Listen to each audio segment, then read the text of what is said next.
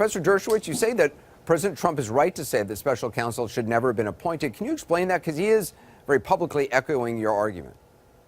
Well, he paraphrased what I said. I wrote it in an article on The Hill, and as long as 10 months ago, I wrote an op-ed entitled "The Special Counsel is the Wrong Way to Uncover the Truth." I've always believed that. I think the issue here is Russia's involvement in the American election. It's a systemic issue.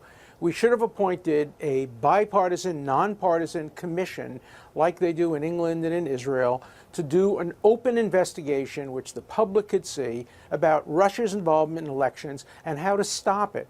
Instead of doing that, we appointed a special counsel whose job was to find crimes.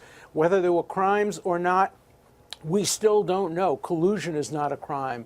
Obstruction of justice may not be a crime if the president engages in it as part of his constitutional authority. So I still take the position that it was a mistake to appoint a special counsel, that an investigating commission would have been better. The fact that the president quotes me is not something I control. Was it a mistake to have Mueller in the first place? Not only wasn't it a mistake, it was required. It was mandatory if we want to have a legal system that deserves any respect. Let's think about what Robert Mueller has done. On January 24th, Michael Flynn lied to the FBI, as he admitted. He pleaded guilty. Could we have had Jeff Sessions prosecute Michael Flynn? They campaigned together for Donald Trump. That's why we needed a special counsel. George Papadopoulos, same thing. He worked for Jeff Sessions in the Trump campaign. Could Jeff Sessions have prosecuted him? Of course not. Alan, I don't know what is going on with you, but this is so obviously a conflict of interest, and this was the only way to resolve it. So your position is there should never be a special counsel ever for any case. Almost never. In fact, what I'd like to do is see the Justice Department have a special unit that is separate from the Attorney General's office. Most countries don't need special counsel because they have a director of public prosecution that is apolitical.